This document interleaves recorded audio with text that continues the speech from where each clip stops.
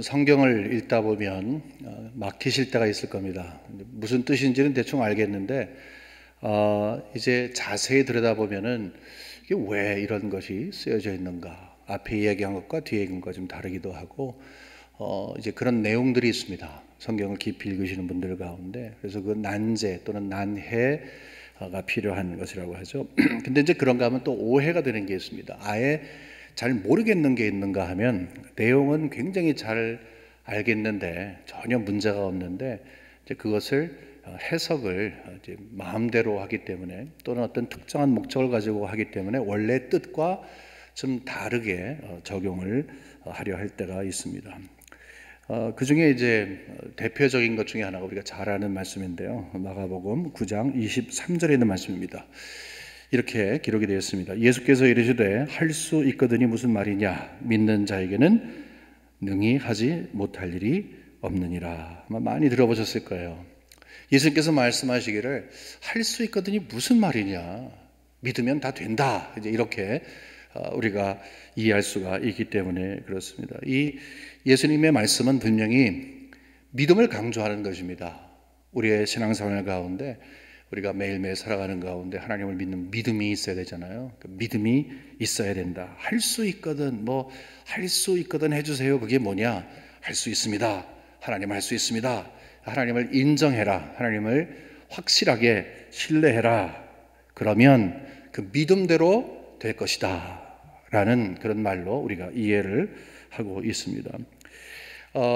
이것 갖고 아마 여러분 설교를 많이 들어보셨을 거예요. 또는 여러분 묵상하시면서 할 수 있거든이 무슨 말이냐, 믿는 자에게는 능치 못함이 없다. 그런데 여러분 자신을 살펴보면서 가만히 보니까 나는 그런 믿음이 별로 없어. 그러면 상대적으로 우리는 우리 스스로를 향해서 이제 고민하기 시작하는 것이죠. 왜 이렇게 능력이 나타나지 않는가? 내가 아무리 기도해도 능력이 나타나지 않는다. 산을 옮길 만한 믿음이 있을지라도 이런 거 있는데 그런데 나는 왜 이런 믿음이 없는가, 이런 생각을 하면서 도리어 이 말씀이 우리 주눅들게 만듭니다. 또 그런가 하면 어떻게 기도를 하다 보게 되는데 그 가운데서 기도가 응답이 됐어요. 그러면 이야, 나는 능력이 있다. 또 어떤 분은 와, 저분은 대단한 능력이 있다, 그냥 할 수 있거든, 그 정도의 믿음이 아니라 분명히 확실한 믿음이 있으므로 능력이 드러났다. 그래서 이제 우리 머릿속에는 어떤 생각을 하냐면 믿음이 많은 만큼 능력이 많이 드러난다. 비례가 된다는 거죠. 믿음이 적으면 능력도 조금, 그다음 믿음이 많으면, 믿음이 크면 드러나는 능력도 큰 것이다. 이런 공식이 나름대로의 머릿속에 이제 있게 되는 것입니다. 그것 때문에 주눅이 들기도 하고 교만한 믿음을 갖기도 하는 것입니다. 만일에 이런 생각을 한다면 우리는 하나님의 능력에 대해서, 특별히 기적의 능력에 대해서 제대로 이해를 하지 못하는 것입니다. 그건 오해하는 것입니다. 이 내용은 분명히 확실하지만 그 내용을 우리 스스로 원하는 대로 해석을 하는 것이라는 거예요. 그 어떤 이유인가 하면은 우리가 이제 기적을 사모해서 하나님께서 능력을 주실 줄 믿습니다, 기적을 베풀어 주실 줄 믿습니다, 이런 말을 하잖아요. 그런데 우리가 내 믿음이 하나님께서 기적을 베풀어 주실 것을 믿는 걸 정말 믿기 때문에 능력이 나타난 그것이 아니고, 우리가 무엇을 믿는가 하면 우리의 믿음은 바로 예수 그리스도의 이름을 믿는 것입니다. 예수의 이름, 예수님의 능력을 믿는 거예요. 그러니까 내가 믿는 것은 나에게 능력 주실 줄을 믿습니다, 나를 통해서 능력이 드러날 것을 믿습니다, 그런 믿음이 아니고 예수님은 능력자이십니다. 예수님의 이름에는 능력이 있습니다, 내가 그것을 믿습니다. 이런 것이 바로 능력을 볼 수 있는 가장 중요한 내용이라는 것입니다. 베드로가 사도행전에서 이제 맨 처음 기적을 베풀어서 3장에 나가보면 3장 6절에 보면 이런 말씀이 있습니다. 베드로가 이르되 은과 금은 내게 없거니와 내게 있는 이것을 내게 주노니 나사렛 예수 그리스도의 이름으로 일어나 걸으라. 이렇게 안 했습니다. 내가 너한테 명한다, 자 봐라 명한다, 자 일어나라, 그렇게 안 했다는 거예요. 나는 아무것도 없다. 그렇지만 나에게 있는 것 딱 하나 있다.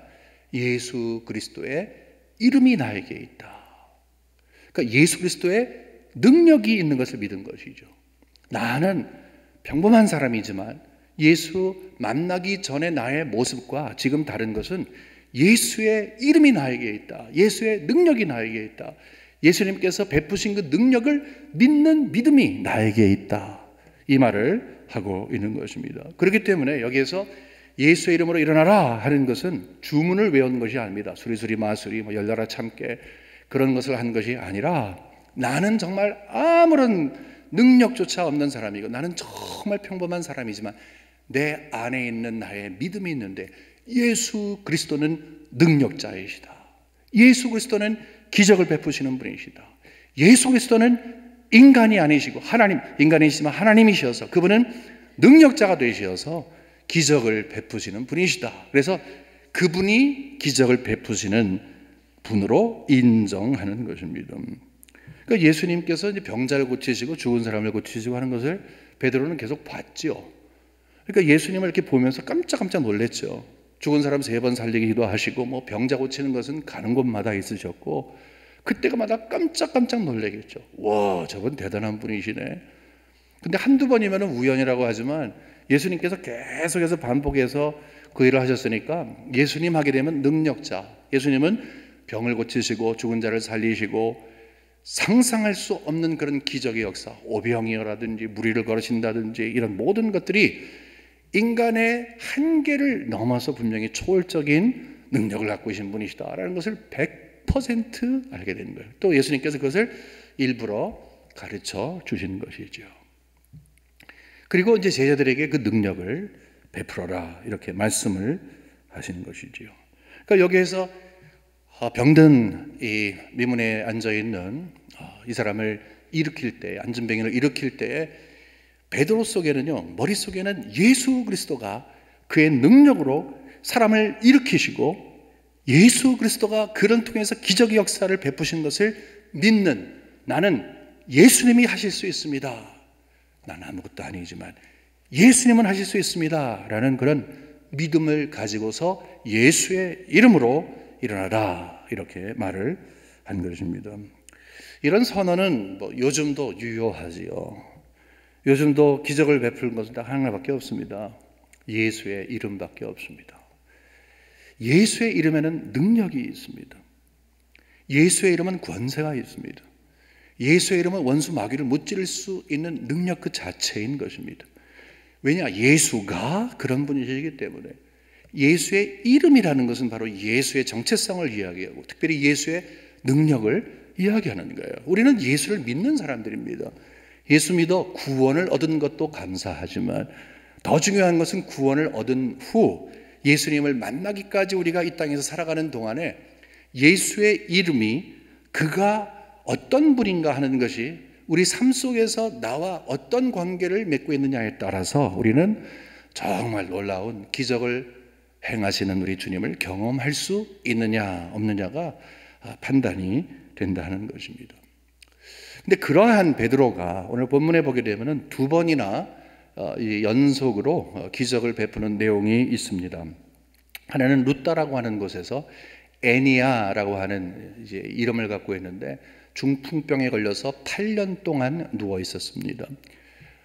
이제 8년 동안이면은 이제 많이 힘들었을 때죠. 요즘도 힘들지만 옛날에 열악했던 그럴 때 얼마나 힘들었겠습니까? 그런데 베드로가 가서 이렇게 얘기를 합니다. 우리 34절에 이렇게 말할 수 있습니다. 베드로가 이르되 애니아야 예수 그리스도께서 너를 낫게 하시니 일어나 내 자리를 정돈하라 한데 곧 일어나니 예수 그리스도의 이름으로 이제 일어나게 하는 것입니다. 내가 일어나게 하느니 그런 말은 절대 하지 않았다는 것이죠. 베드로는 지금 애니아를 고치면서 그 머릿속에 마음속에 기적을 일으키시는 그 능력은 나에게 없으나 그리스도에게 있다라고 하면서 기적을 베푸신 그 예수 그리스도를 묵상했겠죠.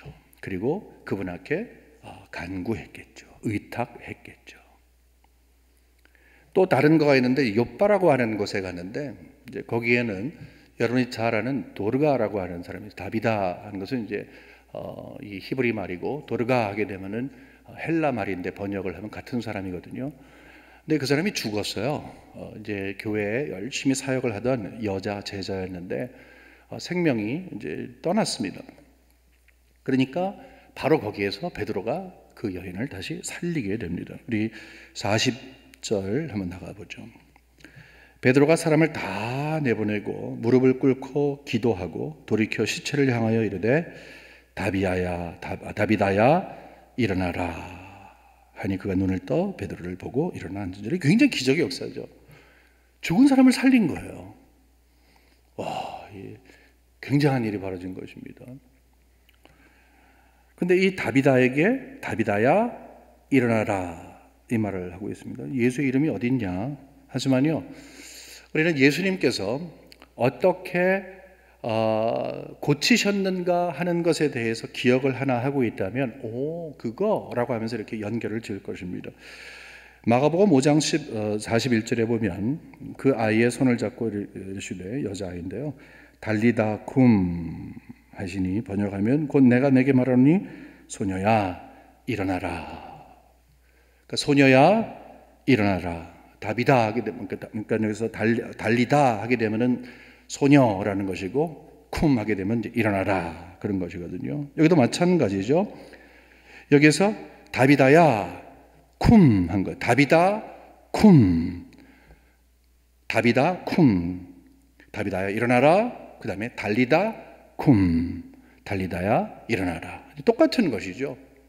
여기서 이제 성경은 우리에게 알려주는 것이, 베드로는 그가 가지고 있었던 능력이 있으므로 능력을 꺼내서 베풀거나 아니면은 그가 자신이 원래 그런 능력을 가지고 태어났다든지 하는 그런 종류의 것을 이야기하는 것이 아니라는 것입니다. 끊임없이 이야기하는 것은 예수 그리스도가 능력자이신 것을 믿는 그 믿음이 기적을 베풀었다. 예수 때문에 예수의 능력이 드러나면 거기에 기적이 일어난다 하는 것을 계속 이야기하고 있는 것입니다. 간혹 이런 질문을 받습니다. 이 시대에도 기적이 있느냐는 것입니다. 이성적인 그런 신앙을 갖게 되면요, 기적에 대해서 별로 믿지는 않습니다. 이 자유주의 신학자들은 기적을 전혀 믿지 않습니다. 제로, 아무것도 안 믿습니다. 기적을 도리어 빼내야 그것이 사실적인 성경이 된다, 이렇게 이야기를 해요. 굉장히 이상하지 않습니까? 근데 기적을 사모해야 하는데 기적에 대해서는 믿음조차 없는데 무슨 사모를 해요? 뭔가 이게 사실이라는 것을 알아야 사모를 하는 거 아닙니까? 여기 가게 되면은 참 맛있는 빵을 판다, 이 사실을 알면 그 빨리 가서 그 맛있는 빵을 먹기를 사모하는 것이죠. 이게 똑같은 것입니다. 그러니까 예수님께서 능력자가 되십니다라는 것을 알아야 예수님 그 능력을 베풀어 주세요 라고 사모를 하게 되는 거죠. 그러니까 이 시대가 능력을 사모하지 않는 이유는 예수 그리스도가 얼마나 능력자인가 하는 것을 제대로 파악하지를 못하고 있다는 거예요. 그러니까 우리가 먼저 능력을 경험하기 위해서는 예수에게는 능력이 있습니다. 예수의 이름에는 능력이 있습니다. 그것을 믿는 믿음이 선행되어야 한다 하는 것입니다. 근데 사실 이렇게 기적이 있느냐 없느냐 하는 이 문제를 갖고 이제 씨름하는 이것도 굉장히 중요하지만, 동시에 왜 기적을 사모하는데, 기적이 왜 중요한데? 라고 하는 이 질문에 대한 답을 정확히 갖고 있어야 됩니다.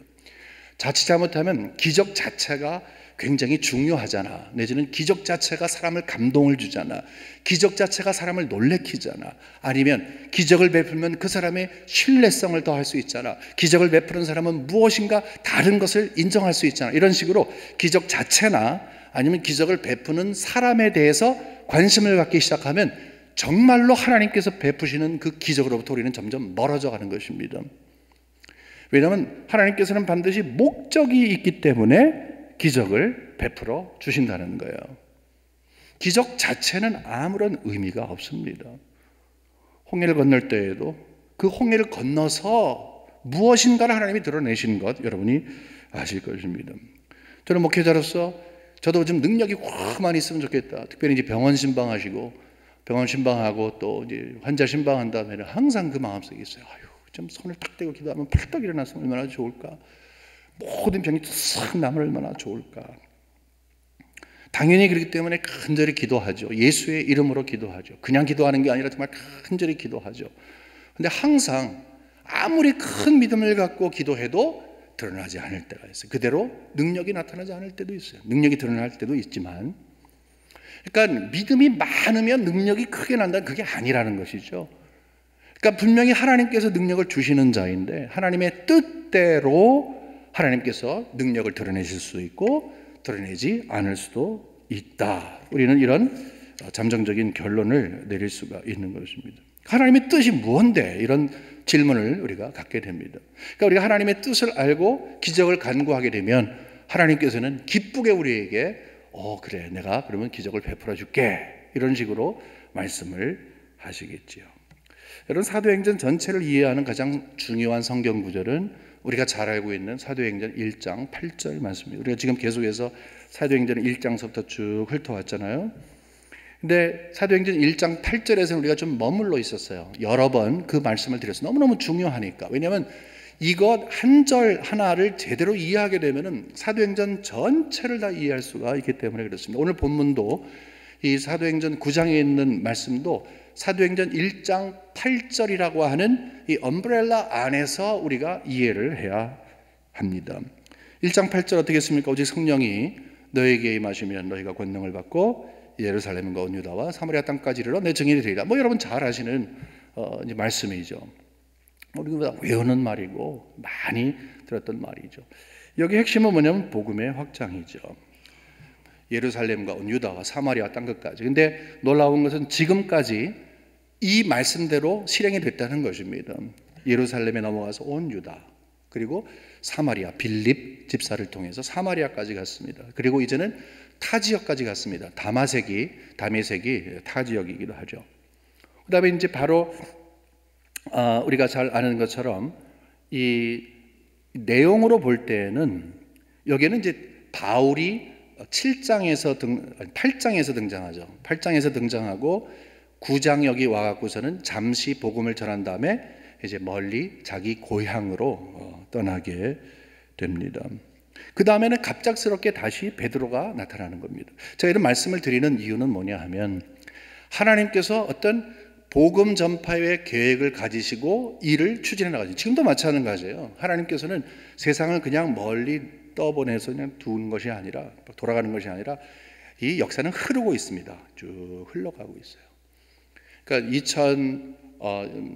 2001년도에서 2005년도가 흐르고 2010년도가 흐르고 쭉 흘러가잖아요. 세월은 흐르는 거 아니에요. 그런 것처럼 이 세월이 흘러가면서 하나님의 역사가 흘러가는 거예요. 창조 때가 있었던가 하면은 구약 시대가 있었고 예수님이 오셨고 그 다음에 쭉 해서 2000년이 왔고 지금은 종말로 향해서 흘러가는 거죠. 쭉 이렇게 흘러가고 있는 거예요. 머물러 있지를 않습니다. 근데 머물러 있는 게 아니고 쭉 흘러가는 게 뭐냐면 복음의 전파. 그러니까 복음이 확장되는 것이 하나님의 관점에서 보시는 역사예요.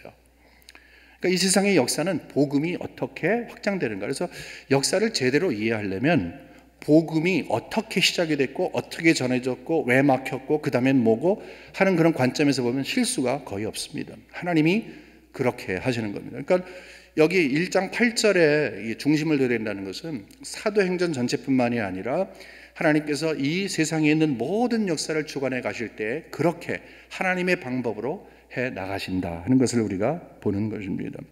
32절에 보게 되면은 그때에 이게 뭐냐면 이제 바울이 고향으로 갔을 때요. 이제 예루살렘에 와갖고 제자들하고 대화를 한 다음에 지내고 복음 전한 다음에 위험해지니까 다시 고향으로 보낸 다음에 그때에 베드로가 사방으로 두루 다니다가 룻다에 사는 성도들에게 내려갔더니 여기 이제 베드로가 등장을 하는데 놀라운 것은 여기 보면요. 룻다에 사는 성도들에게 내려갔다.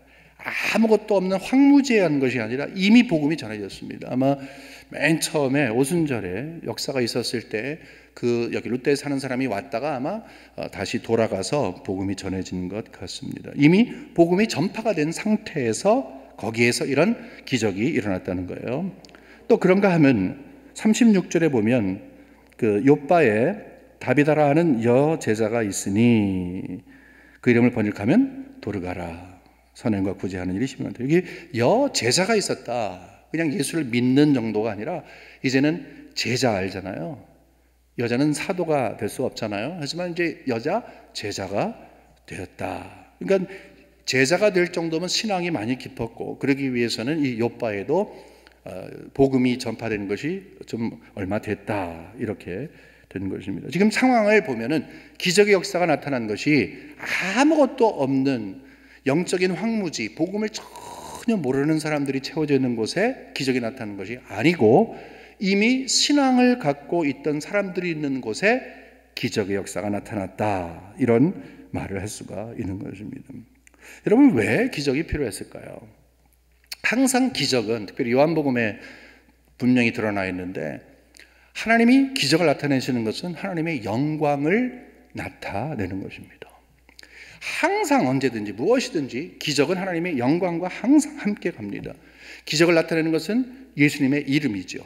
예수님의 이름으로 나타난 기적은, 그 기적으로 인해서 결국은 뭐가 나타난다? 하나님의 영광이 나타난다. 하나님의 영광이라는 것을 좀 어려운 말인데, 하나님의 하시는 일이 드러난다. 우리가 이거 하나님이 하셨구나 라고 하는 것을 인정하는 믿음을 갖게 되는 것, 그렇게 해서 하나님이 영광을 드러내시는 것입니다. 이거는 초월적인 거 아니에요. 이게 평범한 거 아니잖아요. 어떻게 8년 동안 중풍병으로 누워있던 사람이 일어나라 하니까 쑥 일어나고, 죽었던 이 다비다가 일어나라 하니까 쑥 일어납니까? 이건 굉장히 힘든 일 아닙니까? 우리가 상상하기에. 하지만 이것이 가능하다. 왜? 하나님이 하신 일이니까.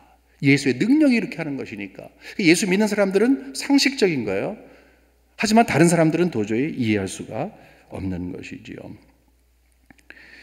왜 이런 영광이 드러나는가 하면, 항상 하나님의 영광은 두 가지의 목적이 있어요. 하나는 이미 예수를 믿는 사람을 제대로 잘 믿게 하는 것, 그게 굉장히 중요한 일이고, 또 다른 것은 예수 안 믿는 사람에게 깜짝 놀라게 해서 이 새로운 사실을 통해서 하나님을 믿게끔 하는 거예요. 예수님께서 그래서 teaching, preaching, healing, 이 기적의 역사를 그래서 보여주신 것이지요. 다시 말해서 지금 말씀드리는 핵심이 뭐냐 하면, 기적은 기적 나름대로의 의미나 기적을 베푸는 사람에게 무슨 의미를 부여하는 게 아니다.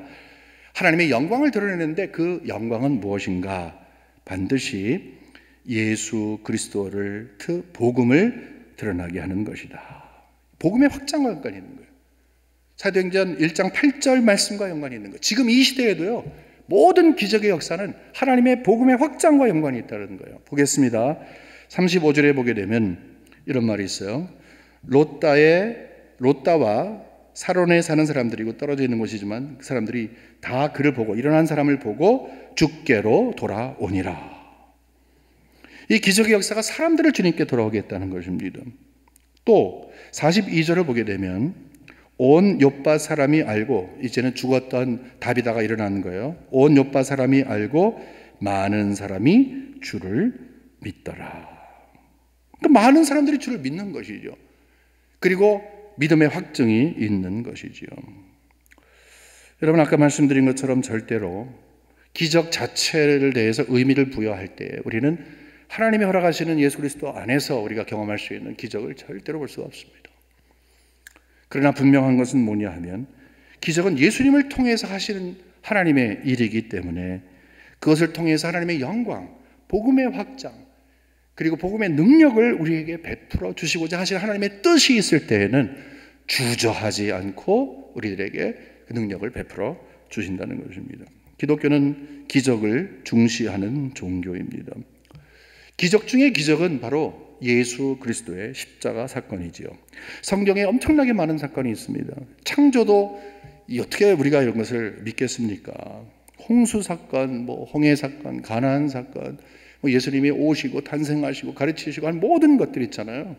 이런 것들 다 상당히 기적적인 일입니다. 범상하지 않는다는 거예요. 초자연적인 일이라고 하는 것입니다. 그런데 이런 초자연적인 일을 행하시는 우리 예수 그리스도께서 우리에게 우리의 삶 속에서 찾아오셔서 행하시는 가장 기적이 뭡니까? 예수 그리스도를 믿게 하는 것이죠. 결국은 모든 역사, 이 구원의 역사의 집중은 예수 그리스도의 십자가에 있는 것이잖아요. 그 예수 그리스도의 십자가, 예수 그리스도의 십자가의 능력, 그 예수 그리스도의 이름의 능력, 예수 그리스도를 믿는 모든 사람들은 죽어도 살겠고 예수 그리스도를 믿을 때에 그 이름의 능력이 있을 때 예수의 이름으로 이 세상의 모든 것들을 다 행하시는 우리 주님을 믿게 되는 것이지요. 우리 주님께서는 지금도 기적을 베풀어 주기를 원하십니다. 왜요? 영광을 드러내기를 엄청나게 원하시는 분이니까. 우리 하나님은요, 집요하신 분이에요. 영광을 드러내기를 엄청나게 원하신다는 것입니다. 문제는 뭐냐면 우리가 기적을 잘 몰라요. 기적에 대해서 우리가 잘 믿지를 못해요. 기적이 그런가 하면 그건 옛날 일이고 뭐 이렇게 생각을 하거나 아니면 그건 나와 상관없다고 생각합니다. 그렇지 않습니다, 여러분. 물론 우리가 성경에 쓰였을 때 그런 의미를 갖고 기적이 똑같이 일어난다는 그런 의미는 아닙니다만은 교회 역사를 보게 되면 놀라운 기적의 역사를 하나님께서 계속 보이시는 것을 우리는 알고 있습니다. 그렇기 때문에 우리는 기적을 베푸시는 하나님에 대한 믿음을 가져야 하는 것입니다. 우리가 예수 그리스도의 이름의 기적을 믿을 때에 바로 거기에서 우리가 그 기적을 사모하게 되는 것이죠. 우리 삶 가운데에서 지금도 마치 중풍병에 걸려서 아무런 거 못하고 이렇게 누워있는 것처럼 그러한 모습으로 있는 여러분과 저의 모습이 있습니까? 아니면 아예 여기 다비다 또는 도르가처럼 아예 이것은 안 돼, 생명이 없는 듯한 그런 여러분의 삶의 정황이 있습니까? 이것을 해칠 수 있는 것은 딱 한 가지 방법밖에 없습니다. 예수 그리스도의 이름입니다. 여러분 기적을 사모하십시오. 여러분을 살릴 수 있는 그 기적을 베푸신 우리 주님은 오늘도 이 시대에도 기적을 드러내시기를 원합니다. 여러분이 생각하는 그런 기적이 아니라 하나님께서 하나님의 뜻대로 기적을 베풀어 주시옵소서. 바로 이러한 믿음이 우리에게 있을 때 여러분과 저의 삶에 기적을 사모하는 자들이 더 많은 기적을 누리며 하나님을 가까이 하는 그 놀라운 은혜가 지속되는 것을 믿으시기를 주님의 이름으로 간절히 축원합니다. 하나님 아버지, 오늘 말씀을 주셔서 감사합니다. 정말 감사합니다. 이 말씀 붙들고 살기 원합니다. 하나님, 우리 너무 똑똑합니다. 우리 너무 이성적입니다. 우리 삶 속에서는 하나님의 말씀은 다 믿습니다라고 하지만 정말로 내 삶 속에 하나님의 기적이 드러날까? 여기에는 의심도 있고 또 불신도 있습니다. 용서해 주옵소서. 하나님은 영광을 드러내기를 기뻐하시는 분입니다. 기적을 베풀기를 원하시는 분입니다. 문제는 우리에게 있나이다. 하나님, 기적을 사모하되 하나님의 영광을 위해서 기적을 사모하게 하시고 우리 모두가 다 그러므로 예수 그리스도의 이름을 믿는 그 믿음이 우리에게 있으므로 할 수 있거든이 아니라 우리 주님은 할 수 있으십니다. 나는 아무것도 아니나 우리 주님에게는 능력이 있나이다. 이 사실을 주님 앞에 있는 대로 고백하는 아름다운 종들이 다 될 수 있도록 함께하여 주시옵소서. 예수님의 이름으로 감사하며 축복하며 기도 올리옵나이다. 아멘.